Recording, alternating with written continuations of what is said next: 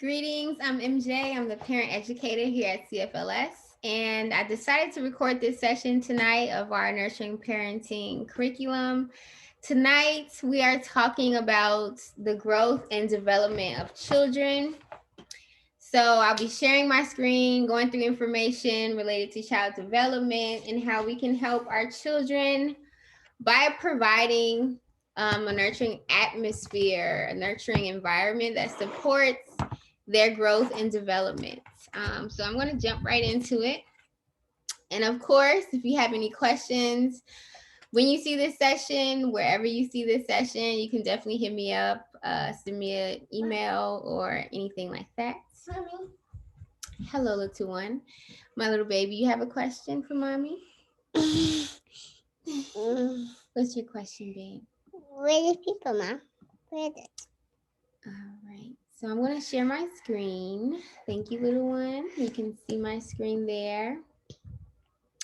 So we're talking about the growth and development of our children. So I have my little one, my 4-year-old here right now. So I guess he's going to be assisting me in the conversation tonight. So our goals for this session are to help you increase your understanding of the brain of your child, to help increase your awareness of the differences between the male and female brain. This is definitely relative to, just the differences in how we nurture our children, our male children versus our female children, and how we can support their development based on how their brain is developing.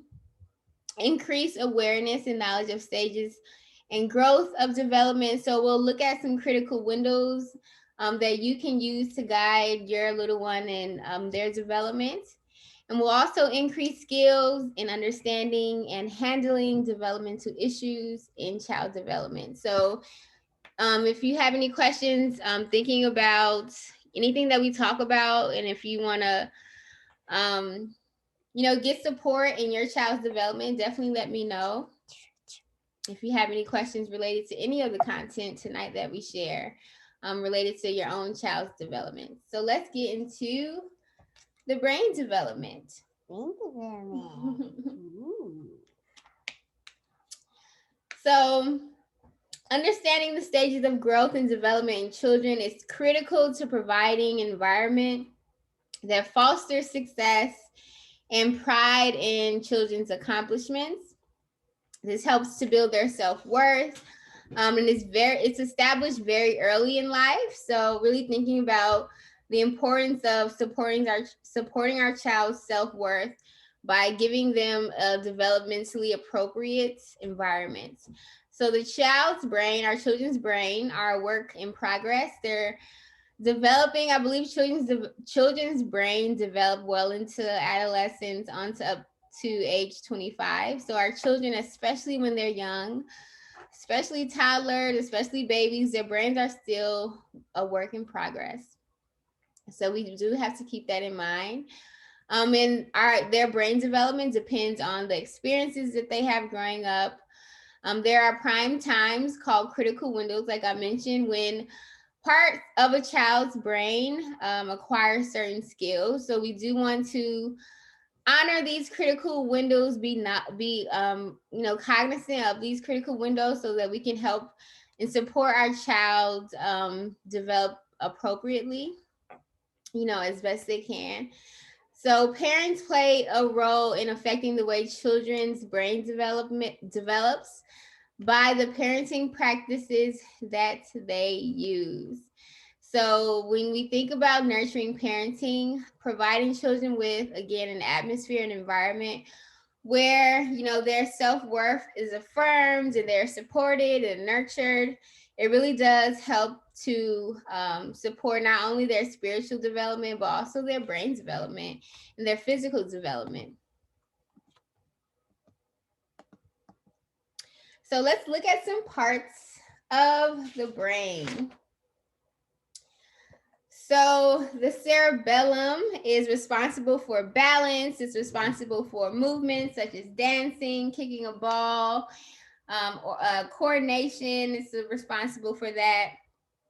The midbrain is responsible for sleep, appetite, and general motor movements.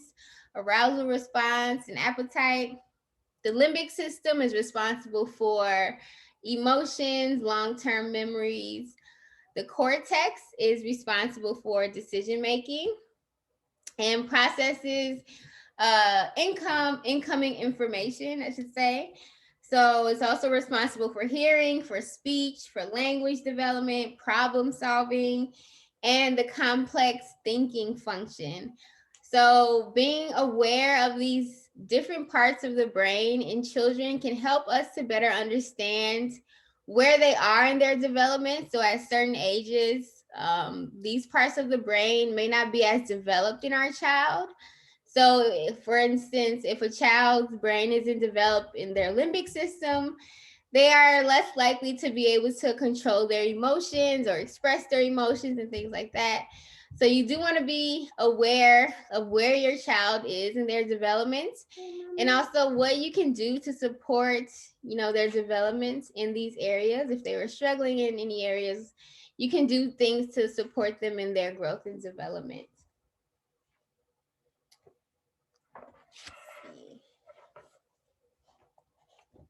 So let's get into some of these critical windows of development. So from birth to 6 months, vision is there's a critical window for vision. And the way that you can support this critical window for your child is to hold them, do eye contact. They love to see faces. So this is a great time for developing their vision in that way, holding your baby. I recommend carrying your baby if you have a little one. You can actually carry your toddlers as well. But as far as from birth to 6 months, you really want to do a lot of eye contact, really looking at your baby, having decorative objects around their room, and just having colors, going outside, letting them see different things from birth to 6 months. This is really important. And from, just looking at things, you don't want to put them in front of a screen during this time. You do want to give them things to look at, even things that are decorative, things that they can touch and see. So this would be really helpful for vision, to stimulate their vision. Some for vocabulary and speech from birth to 3 years old is the critical window for that. So you want to talk to your child using full sentences, talk to your toddlers, talk to your children all the time, talk to them every day. Describe what you're doing when you're doing it. Describe what you're cooking, telling them these things using full sentences, reading, singing songs. These kind of things really help with speech. They help with vocabulary, help them really with phonics and understanding sounds of speech. I will also say that children at this age are really great in learning different languages. So talk to your child in Spanish, saying hola, teach them their numbers, teach them little phrases that they can say in both English and Spanish. During this preschool age, it's really good for them to learn a number of different languages. They're such intelligent little minds, and they can really soak up those languages. So my little ones right now are learning Swahili and Spanish, and of course English. So we do a lot of reading and singing, and learning around, those three languages, and it's really, really a lot of fun. So I encourage that as well. So again, explain these things to them, having general conversation is really good, especially for minimizing tantrums around this time. So explain to them what they're doing. If you're going to the mall, explain to them what you're going to do when they're there so that they know how to act, or what's going on. They like to know those kind of things. So really talking to them throughout the day can really help. Emotional development, there's a critical window for emotional development from birth to 18 months. So you do want to pick up your baby, nurturing your baby, comforting your baby when your baby cries. This really helps with emotional development. Really thinking about children at this age, they're not able to regulate their emotions. And the way that they communicate their emotions is usually by crying. So you do want to nurture them, pick them up, see what's wrong. Again, using full sentences to really see and support them. And, having familiar faces really helps them. Thinking about your facial expressions, for example, when you're talking to your children, when you're playing with your children, what facial expressions are you using? Are they seeing you happy? Are they seeing you smiling? So, showing a wide range of emotions on your face can really help with emotional development for your children around this critical window. Also, routines, consistency here helps as well. So again, in order for children to feel confident in their abilities and in their self-worth, they need routines, they need consistency, they need explaining, and all these things can really help minimize tantrums again, because they're knowing what to expect. You've already explained it, you've done it every day, so it's a really consistent routine for them. And it really helps to build their self-worth, their self-esteem. Children at this age period, and even toddlers as well, they really love and need consistency, because it really makes them feel confident that they know what to do and how to do it. So another critical window from birth to 4 years old is logic and math. So, learning numbers, counting, exploring, this is really important. So with logic, cause and effect, I was talking to a mother today how children will pour water out just to see what happens, to see it hit the floor, how it hits the floor, the sound that it makes, things like that. So that's letting them explore. Not sometimes, they have to do these things so that they're able to explore their surroundings, understanding how things function. If the floor hits the ground, will it break into a bunch of pieces? Will it be a loud crashing sound? Will mommy be mad? What face will mommy make when I throw this at the wall? Things like that. They're exploring their environment. So you want to set up an environment that is conducive for them to explore. So of course they're not hurting themselves or anything like that. They're able to climb, they're able to jump and run and play and, do those things that they need to do to explore. So taking your child out to the park, letting them safely explore different things. One thing I like to do around this is especially trying not to say no to your children. Like, instead of saying no, just offering different solutions for them to be safe while they're exploring. So try that and see how it works. Your child will be, very excited to explore certain things when you create a safe environment for them to do that. So make objects, understanding, explore and talk to them about the function of certain objects. And again, cause and effect and how, what happens when you do certain things. So that's all about, that critical window. And this really encompasses like the first 4 years of a child's life. So really thinking about these critical windows and how important it is to nurture these areas, so our children can develop healthy and nurtured in, safe and supportive environments. So this is my little baby when he was a little baby, Messiah, who's sitting right here with his mommy cutting some paper, learning how to use scissors. He's doing so good. So what does every child need? They need interaction. They need social interaction. They need love and interaction from their caregivers. They need gentle touch. They need hugs and kisses and music. They need to play. They need to crawl and jump and run. They need to play on their tummies. They need stable relationships and consistent relationships, with the people in their lives. Much like all the things that we too need as adults. So keep that in mind. All of us have areas of need, and we'll talk more about areas of need and how we can support our children. So let's talk about the male and the female brain. So biologically, there are some differences in the male and female brain that can impact how children develop, as they're growing and experiencing different things. The male and female brain tend to function a little bit differently. And it has a lot to do with the hormones, the hormone levels, estrogen and testosterone that are present in male and female. This may be different for any one of your child. So, you or your son may be biologically male, but he may have more female hormones. So that may, impact his brain development or, how he reacts differently.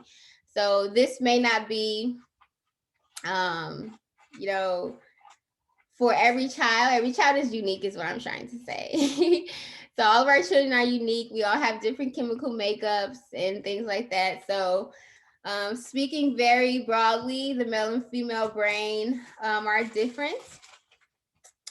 So I will give some examples. So the human brain, both the male and female, has 100 billion neurons, roughly the number of stars in the Milky Way galaxy, which is interesting. So really thinking about how those neurons are constantly firing and how we can support our brain, because the more, neurons that are firing, the more connections that we're able to make, the more our brain is able to develop. So anytime our child has a new experience, they're triggering new neurons to develop. So we want to create an atmosphere where our children can explore and they can, trigger those neurons to develop and grow. In the womb, the child is being sexualized by the hormones it receives as either masculine or feminine. The brain development of all babies, no matter what their sex, is stimulated by these hormones. So all males have some estrogen hormones, like I was saying, and all females have those male testosterone or androgens as well. So keep that in mind. We all are different. We all have varying levels of, hormones. The development of the male and female brain in the womb is affected by the stress of the mother, the stress that she experiences during pregnancy. So I really want you to consider how important it is, from the very conception of your child, to minimize stress in the environment, because it does literally impact, the brain of your child and the hormones that they develop, as they are in your womb. So keep that in mind, all those things that we can do to support, minimizing stress, minimizing any toxins in our environment that can, interrupt brain development. We can do things to nurture ourselves and to nurture our children in order to support their needs and help their brains develop. All right, so let's get into some areas of development.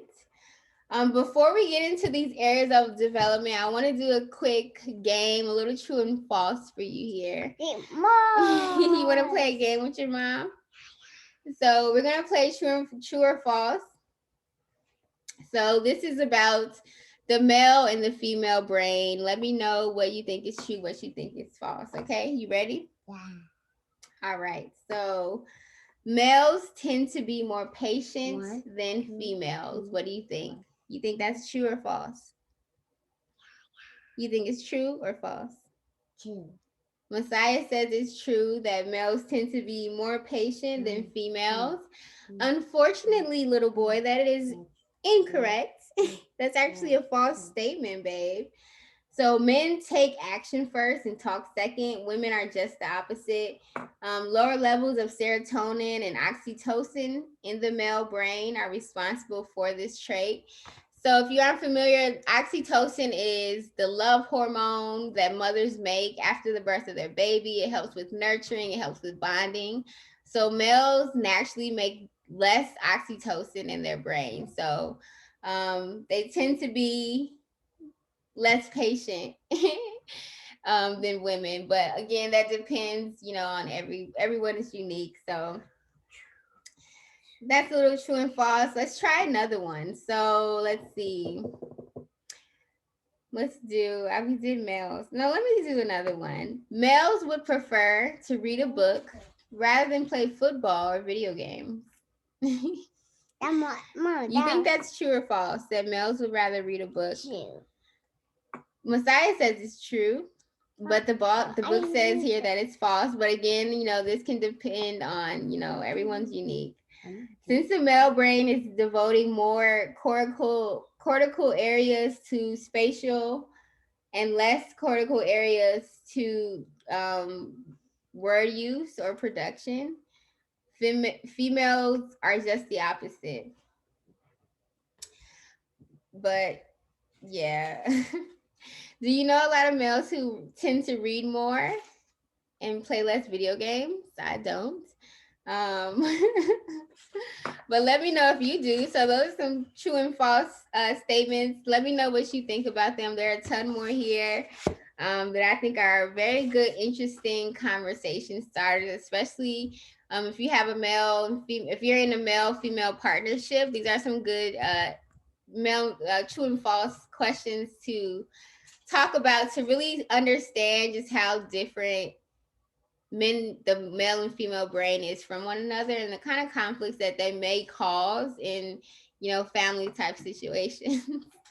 So let's talk about some areas of development. So I mentioned we all have areas of development and areas of needs.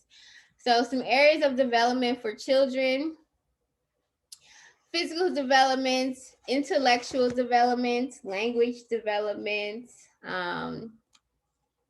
social emotional development as well, and of course physical development. So our children are always developing in these various areas, and we can do things that can support them in these areas. So let's look at infant development and the different let's look at infant development and the different areas within infant development and how we can support that. So we want to encourage age-appropriate expectations to help build self-worth. This is important. So again, thinking about their brain development. If their brain isn't developed in a certain area, they may not be understanding of what it is you're exactly asking them to do.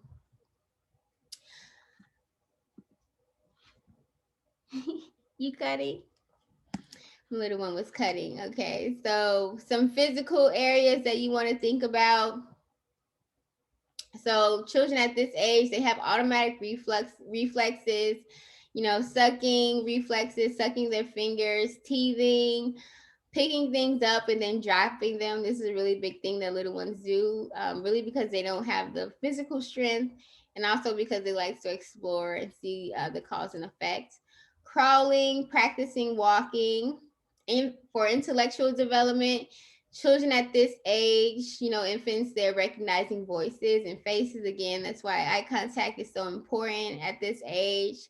Crying, staring, intimate sounds, and facial expressions, they really like these things. So whispering in your little one's ear, giving them kisses, they really respond to these things, and it helps them grow intellectually.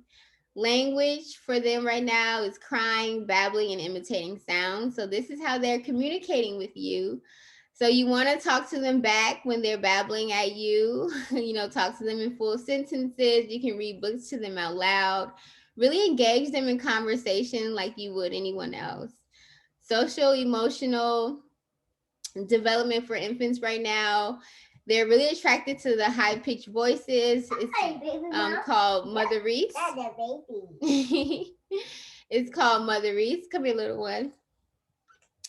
So they really enjoy being picked up. They love smiling faces. You want to look at your little pictures? They love expressing frustration, and they love attention. Yes. So these are my little ones. You see Mars is up there sitting in his chair, and Messiah, who is exploring his hands. And this is Messiah now, who's 4 years old. Mom, yeah. where Messiah is with that number. You counting your fingers? Yeah. So those are some things to keep in mind for infant development. Look at my little toddlers. I love my little toddlers. They're so wonderful. So toddler development, I feel like it's a lot of fun. A lot of people kind of downplay toddler development. They talk about the terrible twos and a lot of big challenges related to potty training at this age. But toddler development is so important. They're literally making leaps and bounds in physical, development, their gross motor skills. They love jumping, running. They're fearless. They love tumbling, don't you, Saya? Yeah, I like to. He likes to tumble and climb at the park. You see them climbing on things. So really encouraging their physical gross motor development, taking them out to the park, giving them space to run, jump, and play is really important. Let's see. So for fine motor, obviously you want to encourage them to color every day. That's something that you can do daily to encourage their fine motor. Give them some pens, some pencils, let them turn the pages as you're reading books. Help them to practice using their utensils when they're eating their dinner. Even help them put on their clothes, allow them to put their own clothes on and kind of guide them in the process, letting them do it themselves, so that they can really learn how that works. You stuck on mommy's earring. Intellectual and language development at this time. So toddlers are very curious. You see this one right now. He's so curious. Like, mommy, what's happening? So you want to support their curiosity. Don't condemn them for being curious. If you leave something out, just know their little curious hands are going to get into it. So keep that in mind. As you are creating a safe space for your little ones, they are curious little individuals with a short attention span. So simple directions for them is really helpful. Using sentences helps them to use sentences. So if you're wondering why your child isn't talking in full sentences, it's probably because you may not be talking to them in full sentences enough. So reading to them, just talking to them, having conversation. Children at this age, they're likely talking to themselves a little bit as well. So this really helps to support language. For social emotional support, they're going through what this phase called autonomy versus doubt. So they're really trying to be independent at this age. They're really wanting to test their environment, test their boundaries, really seeing if they can do it. So really supporting their self-esteem, their self-worth, allowing them to do little things like putting on their clothes really helps them to build their self-worth. So thinking about nutritious foods for your little ones can be really helpful. So some foods that you can consider eating or cooking for your children. Come here, baby, so you can see. So fruits and vegetables, bread, cereals, they love oatmeal. Finding out really what works best for your child. Some children may have allergies, so you really do have to figure out which, what works best for them. That Messiah? Yes, that's Messiah eating broccoli, and that's Mars eating his pasta, and he was eating broccoli too. So really think about those things. If you find that your child isn't responding to a certain food, or if they eat a certain food and have an allergic reaction, really think about seeing a specialist so you can support them in their diet, finding foods that work best for them, letting them experiment, show them what foods you're eating so that they can eat it. Simple cooking is best here, especially for the little ones. You don't really have to overdo it. Let them try a number of things. If you find that they don't like something, try it again next week. If they still don't like it, try a different method of cooking it. So if they don't like baked potatoes, try steamed potatoes, fried potatoes, anything like that. You can do that and just, experiment. Let them cook with you. So really showing them, the importance of eating meals, and talk to them about how it makes their stomach feel better and how it helps them grow. They really do understand that, and make, dinner time, mealtime fun. You can encourage good eating, having like bibs and colorful things to help them have fun while eating, not making it like a stressful thing. And even understanding that our little ones have smaller appetites, smaller stomachs. So if they're overwhelmed by too much food on the plate, they may not even eat as much as they would if they had smaller portion sizes on their plates. So be creative, and think about ways that will make the food appetizing for, your child, whatever age they may be. If you have children who are teens, same, goes for them. They need nutritious food. They need the same amount of meals per day with snacks in between as these little toddlers here who eat everything.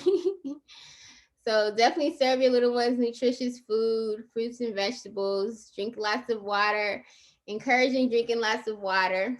One thing I do, since we're talking about drinks and food and nutritious food, little ones really love juice. So I like to give my babies water juice. So what I do, and this is a trick that mommies taught me when I was pregnant with you. Yeah. So they said it's 3 rules to water juice. Dilute, dilute, dilute. So it's literally about a third of juice, and the rest is water, like 3 parts water, 1 part juice. And they really like it. It's all the sweetness they need. It's all the flavor that they need. A lot of the juice, on the market today in stores, is over sweetened. So that's one thing to watch for. If you feel like your child isn't eating enough food, think about what sweetening juices or foods that they may be eating in place or instead of the dinners that the full meals that they should be eating. So potty training, you want to talk about it, Saya? Yeah. What do you have to say about potty training? I like to pee pee and boo boo. Where do you pee pee and boo boo? On the potty. On the potty. How has your potty training experience been? Has it been fun or is it a little challenging? It's a little challenging. So what do you think mommy and daddies can do to help their little babies with potty training, or their big boys and girls with potty training? Hello, Daddy. What do you think we can do? You think we can be patient? Hello, Mom. You're not Daddy, Mom. You're not. He's gone now. His focus is out of here. So yes, with your little ones, you want to be patient with potty training, help them with their muscle control. Well, understand that they may not be able to control their muscles. So each child is different when it comes to potty training. You really do have to be patient.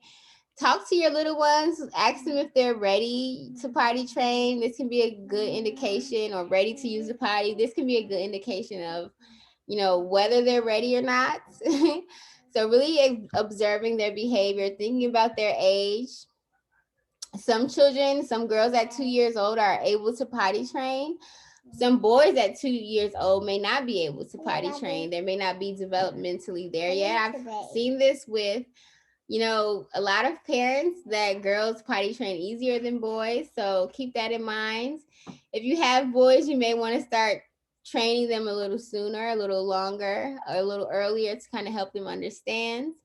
And again, communication is really important. Even as you are potty training, communicating with them, letting them understand that, now is the time to go to the potty. So it helps them follow directions. And they really do have to have the desire to go to the potty.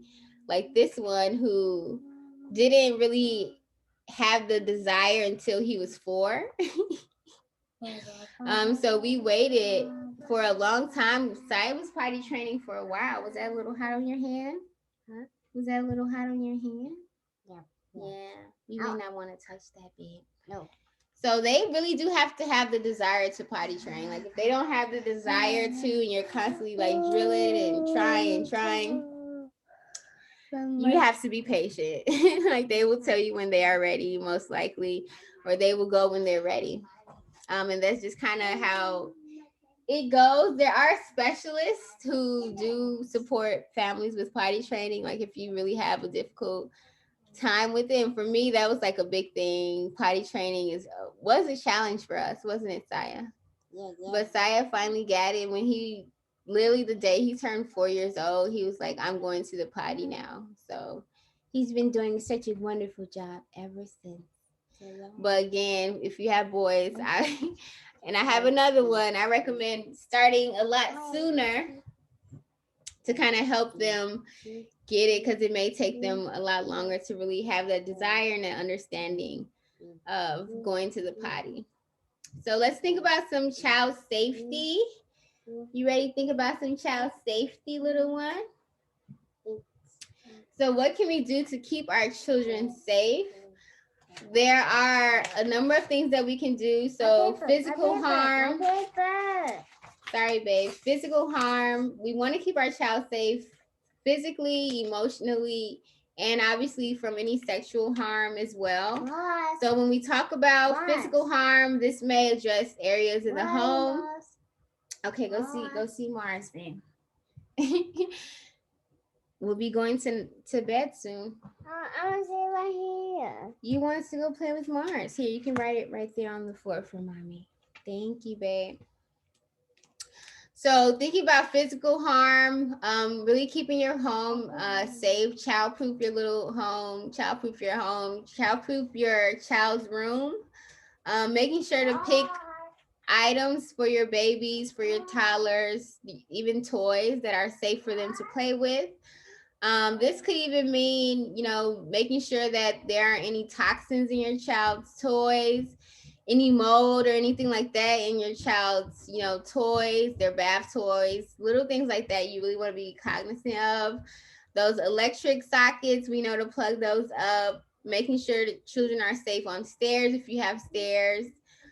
Keeping cabinets locked in the kitchen is another way to protect against any harm in the physical environment. Safety in cars as well. So making sure children are physically safe when they're in cars, keeping their seatbelts on, making sure their car seats are appropriately installed.